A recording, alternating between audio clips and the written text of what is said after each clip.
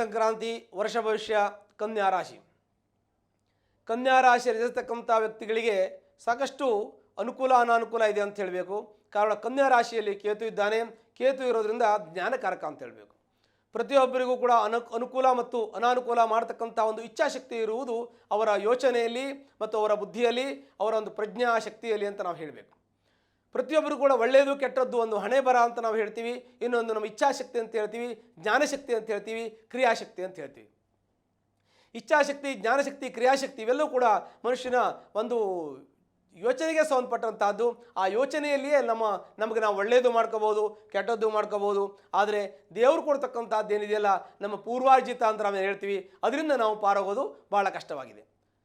ಹೀಗೆ ಪೂರ್ವಾರ್ಜಿತ ಎನ್ನುವಂಥದ್ದು ಮನುಷ್ಯನ ಜೀವನದಲ್ಲಿ ಎಷ್ಟೇ ಒಳ್ಳೆ ಕೆಲಸ ಮಾಡಿದ್ರೂ ಕೂಡ ಕೆಲವೊಂದಷ್ಟು ಸಮಸ್ಯೆಗಳು ಬರ್ತಾ ಇರುತ್ತೆ. ಈ ಕನ್ಯಾ ರಾಶಿಯವರಿಗೆ ಸಾಕಷ್ಟು ಸಮಸ್ಯೆಗಳಿದೆ ಅಂತ ಹೇಳಬೇಕು. ವಾದ ವಿವಾದಗಳಲ್ಲಿ ಇವರಿಗೆ ತೊಂದರೆ ಆಗುತ್ತೆ. ಮನೆಯಲ್ಲಿ ಅಡಚಣೆ ಆಗಿದೆ, ಆರ್ಥಿಕ ಸಮಸ್ಯೆ ಆಗಿದೆ, ಮನೆಯಲ್ಲಿ ಉದ್ಯೋಗದಲ್ಲಿ ಸಮಸ್ಯೆ ಆಗಿದೆ, ಊಟ ತಿಂಡಿಯೂ ಕೂಡ ಸಮಸ್ಯೆ ಆಗುವ ಸಾಧ್ಯತೆಗಳಿದೆ. ಅಲ್ಲಿ ಕೇತು ಸ್ಥಿತ ಆಗಿದ್ದಾನೆ. ಏನೇ ಮಾತಾಡಿದ್ರೂ ಕೂಡ ನಿಮಗೆ ಅಪವಾದ ಬರುವಂತಹ ಯೋಗ ಇದೆ.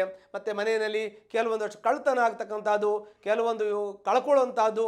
ನೋಡಿ, ಮನೆಯಲ್ಲಿ ಕಳ್ತನ ಅಂತಂದರೆ ಆರ್ಥಿಕವಾಗಿ ದುಡ್ಡು ಕಳ್ತನ ಆಯಿತು, ಏನೋ ಒಡವೆ ಕಳ್ತನ ಆಯಿತು, ಸರ್ವೇ ಸಾಮಾನ್ಯ. ಆದರೆ ಮಾನನಷ್ಟ ಆದರೆ ಏನು ಮಾಡೋದು?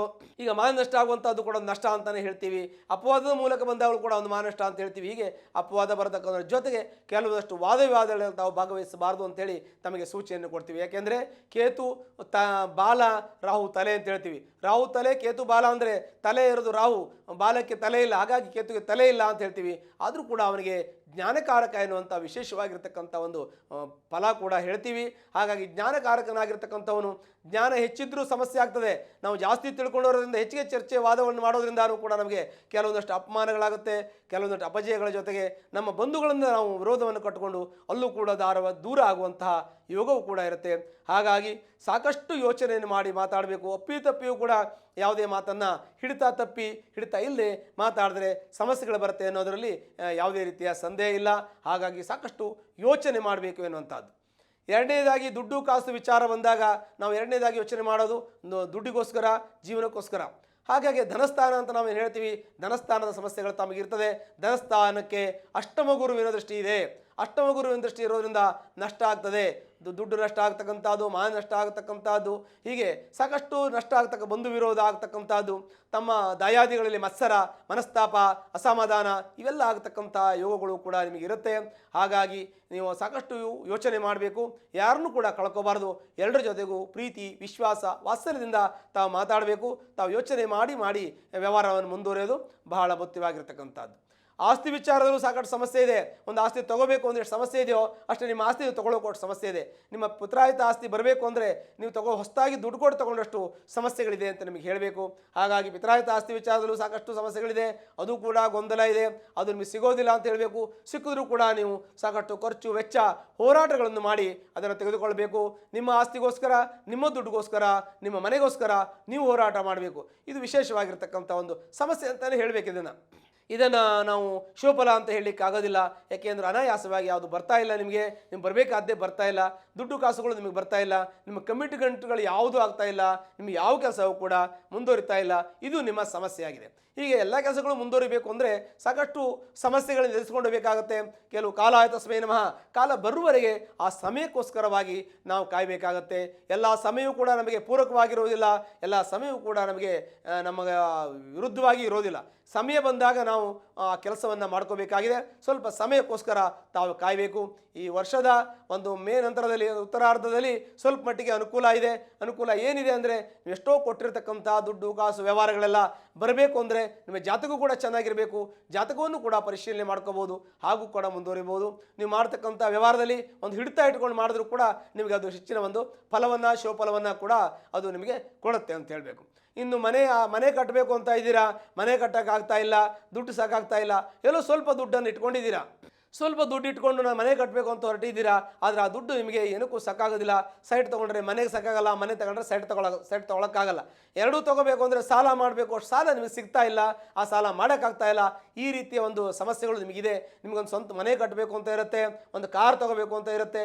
ಪ್ರತಿಯೊಬ್ಬರ ಜೀವನದಲ್ಲೂ ಕೂಡ ಒಂದು ಆಸೆ ಆಕಾಂಕ್ಷೆಯನ್ನು ಇಟ್ಕೊಳ್ಳೋದು ತಪ್ಪು ಅಂತ ಯಾರೂ ಹೇಳೋದಿಲ್ಲ. ಅದು ಪ್ರತಿಯೊಬ್ಬರಿಗೆ ಇರಲೇಬೇಕು, ಅದು ಇಲ್ಲ ಅಂದರೆ ಸರಿ ಇಲ್ಲ ಅಂತ ನಾವು ಹೇಳ್ತೀವಿ. ಹಾಗಾಗಿ ಒಂದು ಜೀವನ ಅಂತಂದರೆ ಮನೆ, ಮಕ್ಕಳು, ತಂದೆ ತಾಯಿ, ವೃದ್ಧರು, ಎಲ್ಲ ಆರೋಗ್ಯ ಕೆಟ್ಟವರು, ಆರೋಗ್ಯ ಇರೋರು, ದುಡಿಯುವವರು, ಕೆಲಸ ಇಲ್ಲದೆ ಹೋದವರು, ಎಲ್ಲರೂ ಸಮಾಜದಲ್ಲಿ ನಮ್ಮ ಜೀವನದಲ್ಲಿ ಎಲ್ಲರೂ ಇರ್ತಾರೆ. ಎಷ್ಟೋ ಮನೆಯಲ್ಲಿ ಇರ್ತಾರೆ, ಕೆಲವು ಅಕ್ಕಪಕ್ಕದಲ್ಲಿ ಇರ್ತಾರೆ, ನೋಡ್ತೀವಿ. ಹಾಗೆ ನಮ್ಮ ಜೀವನದಲ್ಲಿ ಯಶಸ್ಸಾಗಬೇಕು ಅಂದರೆ ನಮ್ಮ ಜೀವನ ಪರಿಪೂರ್ಣವಾಗಿರಬೇಕು ಅಂದರೆ ನಮಗೆ ಎಲ್ಲವೂ ಕೂಡ ಪೂರಕವಾಗಿರಬೇಕು. ಅಂಥದಕ್ಕೆ ನಾವು ಸಮಯಕ್ಕೆ ಕಾಯಬೇಕಾಗತ್ತೆ. ಅದು ದೈವಾನುಗ್ರಹದಿಂದ ಪ್ರಾಪ್ತವಾಗಬೇಕು. ಎಲ್ಲ ಪ್ರಯತ್ನದಿಂದ ಆಗೋದಿಲ್ಲ. ಪುರುಷ ಪ್ರಯತ್ನ ಎಷ್ಟಿದ್ರೂ ಕೂಡ ಅದು ಸ್ವಲ್ಪ ಮಟ್ಟಿಗೆ. ಅದಕ್ಕೆ ಹೇಳ್ತಾರೆ, ಉದ್ಯೋಗಂ ಸಾಹಸಂ ಧೈರ್ಯಂ ಬುದ್ಧಿಶಕ್ತಿ ಪರಾಕ್ರಮ ಕ್ಷಣೇತ ಎತ್ತರ ವರ್ತಂತೆ ತತ್ರ ದೈವ ಸಹಾಯಕ. ದೇವರು ಹಾಗೆ ಸುಮ್ಮನೆ ನಮಗೆ ಅನುಕೂಲ ಮಾಡಿಕೊಡೋದಿಲ್ಲ. ನಮಗೆ ಪ್ರಯತ್ನ ಅಂತ ಇರಬೇಕು.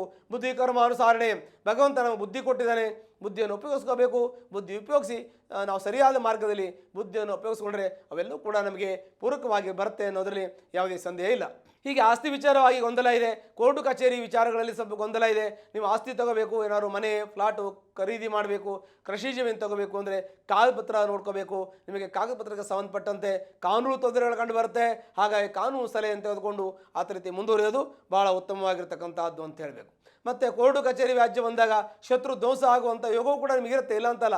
ಆದರೆ ಶತ್ರು ಬಾಧೆಯು ತುಂಬ ಇದೆ.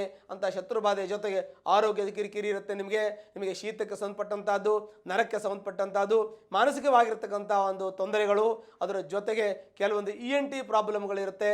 ಅದನ್ನು ಕೂಡ ತಾವು ಚಿಕಿತ್ಸೆಯನ್ನು ಪಡಿಬೇಕು. ಚಿಕಿತ್ಸೆಯನ್ನು ಪಡೆದು ಸರಿ ಮಾಡ್ಕೊಳ್ಳೋದ್ರಿಂದ ಆ ದೋಷಗಳು, ಆ ಕಷ್ಟಗಳು ಕೂಡ ನಿವಾರಣೆ ಆಗುತ್ತೆ. ಆದರೆ ದೇವರನ್ನು ನಂಬಿ ಮುಂದೆ ಹೋಗಿ, ದೃಢವಾದ ಮನಸ್ಸಿಂದ ಹೋಗಿ, ನಿಮ್ಮ ಕಷ್ಟಗಳು ಪರಿಹಾರ ಆಗುತ್ತೆ. ಆಗದೇ ಇರತಕ್ಕಂಥದ್ದು ಅಥವಾ ಪ್ರಪಂಚದಲ್ಲಿ ಇಲ್ಲದೆ ಹೋಗಿರ್ತಕ್ಕಂಥ ಯಾವ ಕಷ್ಟವೂ ಇದಲ್ಲ. ಆದರೆ ಧೈರ್ಯ ನಿಮಗಿರಬೇಕು, ಎದುರಿಸ್ಕೊಂಡು ಹೋಗಬೇಕು. ಅದರಿಂದ ನಿಮಗೆ ಎಲ್ಲ ಸಮಸ್ಯೆಗಳು, ಆರ್ಥಿಕ ಸಮಸ್ಯೆಗಳು, ಕುಟುಂಬಿಕ ಸಮಸ್ಯೆಗಳು ಕೂಡ ನಿಮಗೆ ಪರಿಹಾರ ಆಗ್ತದೆ. ಉದ್ಯೋಗ ಸಮಸ್ಯೆ ಕೂಡ ಇದೆ, ನಿಮಗೆ ಉದ್ಯೋಗ ಸಮಸ್ಯೆ ಕೂಡ ನಿಮಗೆ ಪರಿಹಾರ ಆಗುತ್ತೆ. ಶತ್ರು ಭಯ ಇದೆ, ಶತ್ರು ಕಾಟ ಇದೆ, ಅದು ಕೂಡ ಪರಿಹಾರ ಆಗುತ್ತೆ. ಅದರ ಜೊತೆಗೆ ನಾವು ಅದೃಷ್ಟ ಅಂತ ಹೇಳ್ತೀವಿ. ಅದೃಷ್ಟ ನಮ್ಮ ಜೀವನದಲ್ಲಿ ಯಾವಾಗಲೂ ಇಲ್ವೇ, ನಮಗೆ ಯಾವಾಗಲೂ ಕೂಡಿ ಬರೋದಿಲ್ವೇ, ನಾವು ಏನೇ ಮಾಡಿದ್ರೂ ಕೂಡ ಕೈಗೆ ಹತ್ತೋದಿಲ್ವೇ, ಕೈಯಲ್ಲಿ ದುಡ್ಡು ನಿಲ್ಲೋದಿಲ್ವೇ, ಸ್ವಲ್ಪ ಇಟ್ಕೊಂಡಿದ್ದೀವಿ, ಯಾವುದಕ್ಕೂ ಸಾಕಾಗ್ತಾ ಇಲ್ಲ, ಮುಂದೆ ಹೋಗೋಕ್ಕೂ ಆಗ್ತಾ ಇಲ್ಲ, ಹಿಂದೆ ಹೋಗೋಕ್ಕೂ ಆಗ್ತಾ ಇಲ್ಲ. ಈ ರೀತಿಯಾಗಿರ್ತಕ್ಕಂಥ ಚಿಂತನೆಗಳು ಮಾನಸಿಕವಾಗಿ ನಿಮ್ಮನ್ನು ನೆಮ್ಮದಿಯನ್ನು ಹಾಳು ಮಾಡಿದೆ, ನೆಮ್ಮದಿ ಕಟ್ಟೋಗುತ್ತೆ. ಹೀಗೆ ಅಷ್ಟೆಲ್ಲ ಯೋಚನೆ ಮಾಡೋದು ಬೇಡ. ಸಮಯ ಬರೋವರೆಗೆ ಕಾಯುವನ ಅಂತೇಳಿ ಸ್ವಲ್ಪ ತಾಳ್ಮೆಯಿಂದಿರೋದ್ರಿಂದ ಅಂಥ ಕಷ್ಟಗಳು ಕೂಡ ನಿಮಗೆ ಪರಿಹಾರ ಆಗುವ ಯೋಗಗಳೆಲ್ಲವೂ ಇರುತ್ತೆ. ಆದರೆ ವಾಹನದಿಂದ ಬೀಳುವ ಯೋಗವಿದೆ, ಆದರೆ ಆಯುಷ್ಯಕ್ಕೆ ಏನು ತೊಂದರೆ ಇಲ್ಲ. ಬಿದ್ದು ಪೆಟ್ಟು ಮಾಡಿಕೊಳ್ಳುವಂಥ ಯೋಗ ಇರುತ್ತೆ, ವಾಹನ ಅಪಘಾತ ಆಗುವಂಥ ಯೋಗ ಇರುತ್ತೆ. ಆದರೆ ಪ್ರಾಣಕ್ಕೆ ಯಾವುದೇ ರೀತಿ ಅಪಾಯ ಇಲ್ಲ. ದೇವರನ್ನು ನಂಬಬೇಕು. ಮತ್ತು ಅದರ ಜೊತೆಗೆ ನಿಮ್ಮ ಜಾತಕವನ್ನು ಕೂಡ ಆಯುಷ್ಯ ಸ್ಥಾನ, ಆರೋಗ್ಯ ಸ್ಥಾನ ಮತ್ತು ಅದೆಲ್ಲವನ್ನು ಕೂಡ ಉದ್ಯೋಗ ಸ್ಥಾನ, ಇದನ್ನು ನಿಮ್ಮ ಜಾತಕದಲ್ಲಿ ನೀವು ಪರಿಶೀಲನೆ ಮಾಡಿಕೊಂಡ್ರೆ ಅದನ್ನು ಎಷ್ಟು ಮಟ್ಟಿಗೆ ಕೆಲವೊಂದಷ್ಟು ಸರಿಪಡಿಕೊಳ್ಳೋಕ್ಕೆ ಅವಕಾಶ ಕೂಡ ನಿಮಗೆ ಇರುತ್ತೆ. ದಾಂಪತ್ಯದಲ್ಲಿ ಕಲಹ, ಮನಸ್ತಾಪ ಇದೆ. ಕೆಲವು ಸಮಯ ಕೋರ್ಟು ಕಚೇರಿಗೆ ಹೋಗುವಂಥ ಸಂದರ್ಭಗಳು ಹೆಚ್ಚಿಗೆ ಕಂಡು ಬರ್ತಾ ಇದೆ. ಕೆಲವು ಪಿಂಜು ಸ್ಪಾಟಲ್ಲಿ ಕೆಲಸ ಮಾಡೋರಿಗೆ ನಷ್ಟ ಆಗಿ ಅದು ಕೂಡ ಕೋರ್ಟು ಕಚೇರಿಗೆ ಹೋಗ್ತಕ್ಕಂಥದ್ದು. ಕೆಲವೊಂದಷ್ಟು ಆಸ್ತಿಗಳನ್ನು ಮಾರಿ ಸಾಲ ತೀರಿಸುವಂಥ ಯೋಗಗಳು ಕೂಡ ಬರ್ಬೋದು. ಅಂತ ಬರದೇ ಇರುವ ರೀತಿಯಲ್ಲಿ ನೀವು ಚಿಂತನೆಯನ್ನು ಮಾಡಿ, ಆ ರೀತಿಯಲ್ಲಿ ತಾಳ್ಮೆಯನ್ನು ಕಳ್ಕೊಳ್ಳೋಕೆ ಹೋಗಬೇಡಿ. ಪ್ರತಿಯೊಂದು ಹಿಡಿತಾ ಇಟ್ಕೊಳ್ಳಿ, ನಿಧಾನವಾಗಿ ಯೋಚನೆ ಮಾಡಿ ಮುಂದುವರಿ. ಮತ್ತು ಪ್ರಾಜ್ಞರ ಸಲಹೆಯನ್ನು ಮತ್ತು ಕಾನೂನು ಸಲಹೆಯನ್ನು ಪ್ರತಿಯೊಂದು ಕೂಡ ತೆಗೆದುಕೊಂಡು ಸ್ವಾಗತ ಮಾಡಿ ಅದನ್ನು ಯೋಚನೆ ಮಾಡಿ ಮುಂದುವರೆದಾಗ ಆ ದೋಷಗಳು ಕೂಡ ನಿಮಗೆ ನಿವಾರಣೆ ಆಗ್ತದೆ. ಯಾವುದೇ ಆಗದೇ ಇರತಕ್ಕಂಥದ್ದಲ್ಲ. ಜಗತ್ತಿನ ಯಾವುದೇ ಅದ್ಭುತಗಳು ನಿಮ್ಮ ಜೀವನದಲ್ಲಿ ನಡೆಯೋದಿಲ್ಲ, ಎಲ್ಲವೂ ಕೂಡ ಸಾಮಾನ್ಯವೇ ಇರುತ್ತೆ. ನೀವು ಯಾವ ರೀತಿಯಾಗಿ ಸಮಸ್ಯೆಗಳನ್ನು ಸ್ವೀಕಾರ ಮಾಡ್ತೀರೋ ಅದ್ರ ಮೇಲೆ ನಿಮ್ಮ ಜೀವನ, ನಿಮ್ಮ ಭವಿಷ್ಯ, ನಿಮ್ಮ ಯೋಚನೆ ನಿಂತಿರುತ್ತೆ. ಮಕ್ಕಳ ವಿದ್ಯಾಭ್ಯಾಸ ಬಗ್ಗೆ ಗಮನವಹಿಸಿ. ಮಕ್ಕಳ ಹಠವಾದಿಗಳು, ಕೋಪ ಬರ್ತಕ್ಕಂಥದ್ದು, ತುಂಬ ಶಾರ್ಟ್ ಟೆಂಪರ್ ಆಗಿ ತಂದೆ ತಾಯಿಗಳಿಗೆ ತಿರುಗಿ ಹೇಳ್ಬೋದು ಅಥವಾ ಓದದೇ ಇರ್ಬೋದು.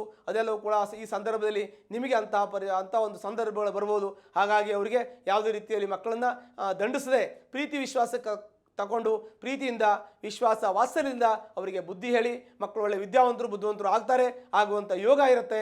ಆದರೆ ಓದಿಸುವಂಥ ಶಕ್ತಿ ಮತ್ತು ಅವರನ್ನು ಸರಿಯಾದ ಮಾರ್ಗದರ್ಶನ ಮಾಡುವಂಥ ಶಕ್ತಿ ನಿಮಗಿದೆ ಅಂದರೆ ಮಕ್ಕಳು ಒಳ್ಳೆ ವಿದ್ಯಾವಂತರು, ಬುದ್ಧಿವಂತರು ಆಗ್ತಾರೆ. ಆದರೆ ನೀವು ಅದಕ್ಕೆ ಜಾಗ್ರತೆ ವಹಿಸಬೇಕು, ನೀವು ಅದಕ್ಕೆ ಜವಾಬ್ದಾರಿ ತಗೋಬೇಕು. ನೀವು ಅದನ್ನು ನಿಂತು ಮುಂದೆ ಅವರ ಶಿಕ್ಷಣವನ್ನು ಪರಿಪೂರ್ಣಗೊಳಿಸುವಲ್ಲಿ ನೀವೇ ಯಶಸ್ಸಾಗಬೇಕು. ಅವರು ಯಶಸ್ಸಾಗುವಂಥ ಯೋಗಗಳು ಕೂಡ ಅವರಿಗೆ ಇರುತ್ತೆ. ಅದಕ್ಕೆ ನೀವು ಹೆಚ್ಚಿನ ಪ್ರಾಧಾನ್ಯತೆಯನ್ನು ಕೊಡಬೇಕು. ಇನ್ನು ಕೆಲವೊಂದಷ್ಟು ಸಿನಿಮಾ ರಂಗದಲ್ಲಿರೋರಿಗೂ ಕೂಡ ಸ್ವಲ್ಪ ಮಟ್ಟಿಗೆ ಅನುಕೂಲ ಇದೆ, ನ್ಯಾಯವಾದಿಗಳಿಗೆ ಅನುಕೂಲ ಇದೆ,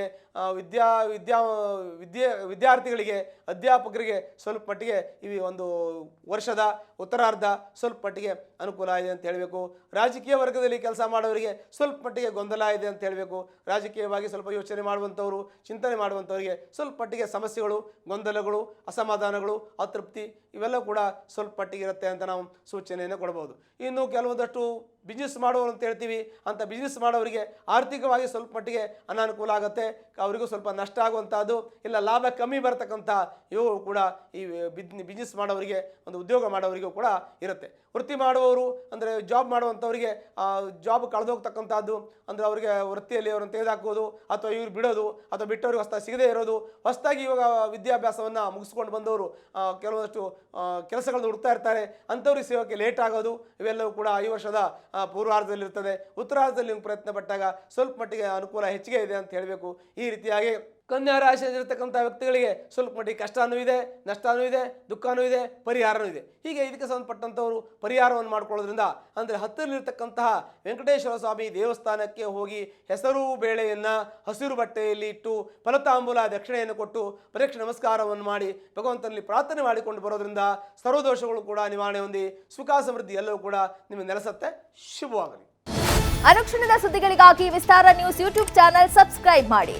ಹೊಸ ಸುದ್ದಿಗಳ ನೋಟಿಫಿಕೇಶನ್ಗಾಗಿ ಬೆಲ್ ಐಕಾನ್ ಕ್ಲಿಕ್ ಮಾಡಿ. ಲೇಟೆಸ್ಟ್ ಅಪ್ಡೇಟ್ಸ್ಗಾಗಿ www.vistaranews.com ವೆಬ್ಸೈಟ್ಗೆ ವಿಸಿಟ್ ಮಾಡಿ. ಅಂಗೈಯಲ್ಲೇ ಜಗತ್ತಿನ ಸುದ್ದಿ ತಿಳಿಯಲು ವಿಸ್ತಾರ ನ್ಯೂಸ್ ಕನ್ನಡ ಆಪ್ ಡೌನ್ಲೋಡ್ ಮಾಡಿ.